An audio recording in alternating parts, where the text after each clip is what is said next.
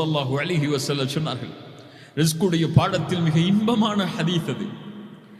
அல்லாஹ்வுடைய தூதர் ஸல்லல்லாஹு அலைஹி வஸல்லம் சொன்னார்கள், ஜிப்ரீல் என்னுடைய உள்ளத்தில் கூறினார், அன்ன நஃப்ஸன் லன் தமூத ஹத்தா தஸ்தக்மில ரிஸ்கஹா வ அஜலஹா.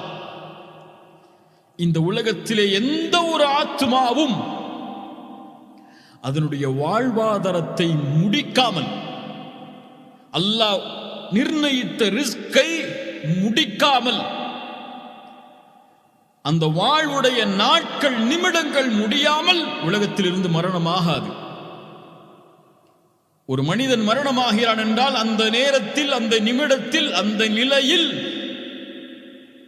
50,000 உலகம் வானம் பூமிகளை படைப்பதற்கு முன்னதாகவே அல்லாஹ் நிர்ணயித்திருக்கிறாள். அதற்கு முன்னதாகவே அவனுடைய இல்மில் அது இருக்கிறது.